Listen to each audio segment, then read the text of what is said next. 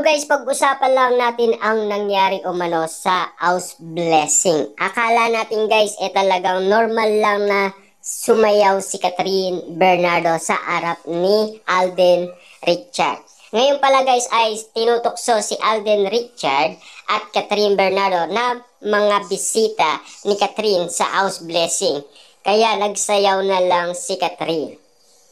At kita nyo naman guys, no, mga guest at mga bisita ni Catherine Bernardo ay tinutokso sina Alden Richard at Catherine Bernardo na alam kasi nila guys, nangangailangan ng tulong si Catherine Bernardo.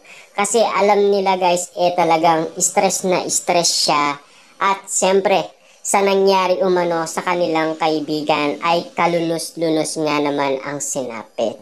Kasi guys, kung mapapansin ninyo noon si Catherine Bernardo, ang kanyang kalusugan ay bumagsak, 'di ba? At lalo-lalo guys, nagpatingin pa sa doktor si Catherine Bernardo dahil sa stress. Dahil nga naman guys, 3 araw na talagang nagkulong, hindi kumain at umiyak nga naman, 'di ba?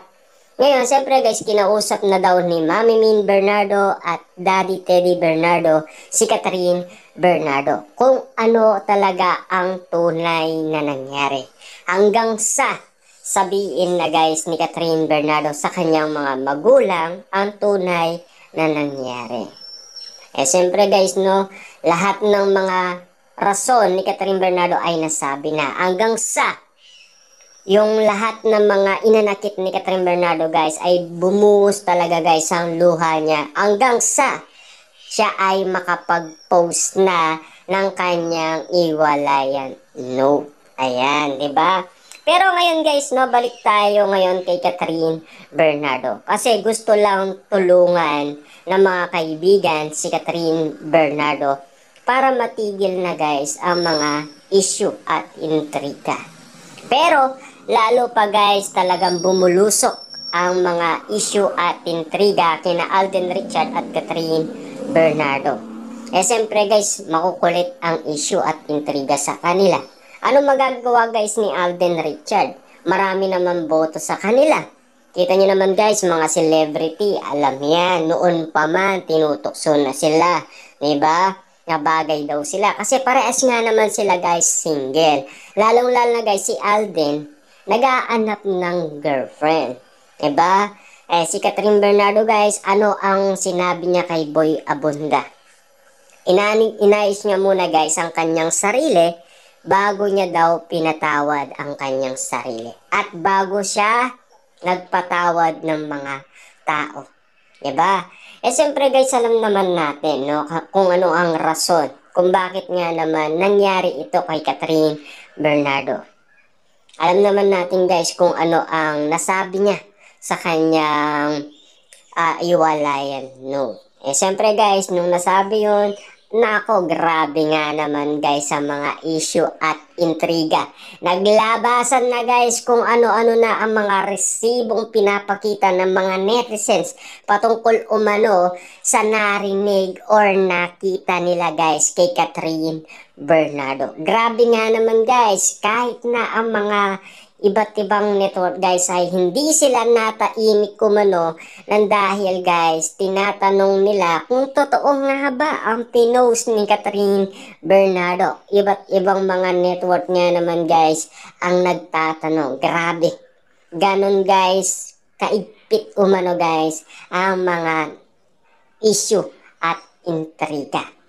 Kaya nga naman guys, eto, mukhang masaya na si Catherine Bernardo. Pero take note guys, kahit nakita natin guys na naging masaya si Catherine Bernardo sa house blessing niya, kitang-kita pa rin guys na tuwing gabi daw ay laging umiiyak. At iniisip nga naman guys ang relationship nila ni Daniel Padilla.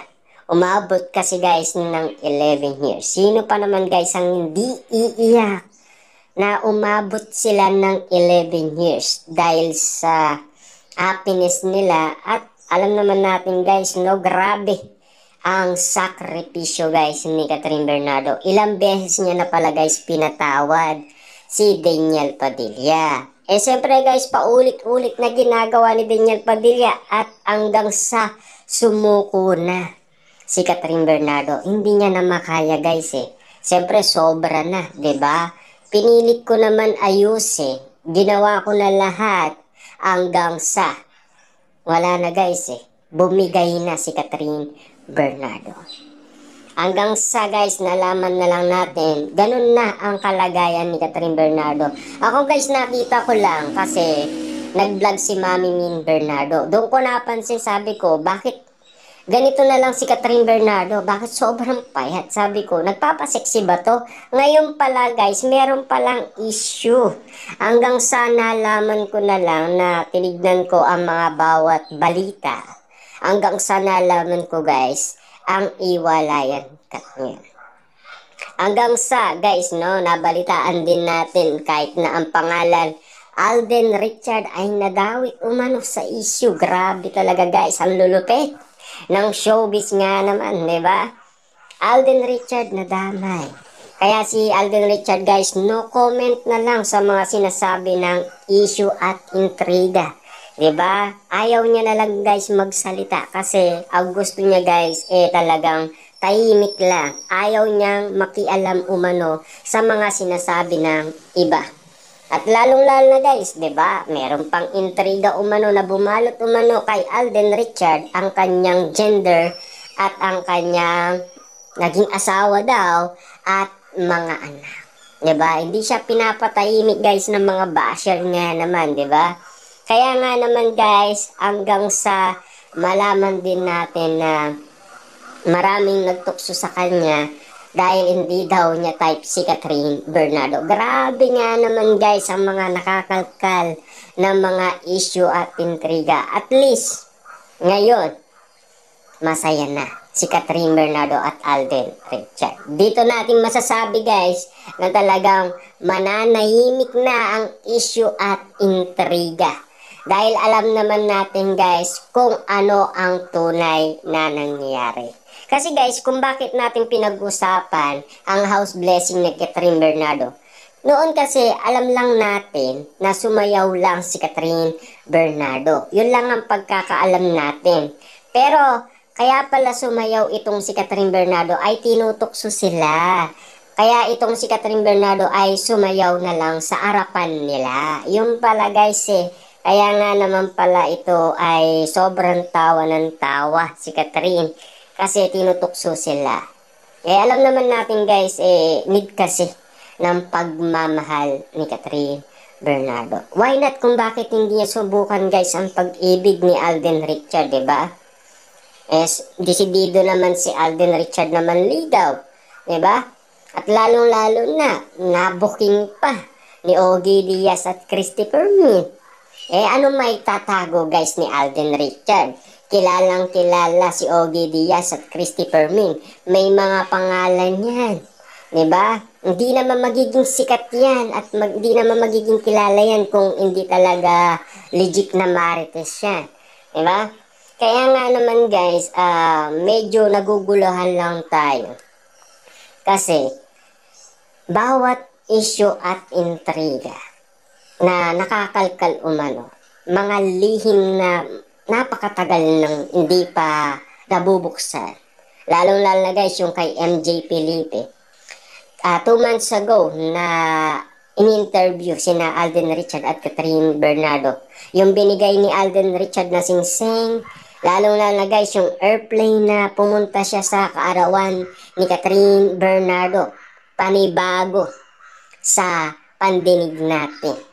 Kasi kakaiba nga naman kasi guys ang mga nangyayaring issue at intriga sa social media. Grabe kasi guys no, ang lulupit ng intriga at issue sa social media. Pero at least pinatahimik na ni Alden Richard ang bawat issue at intriga. Lalo-lalo na guys sa kanyang gender.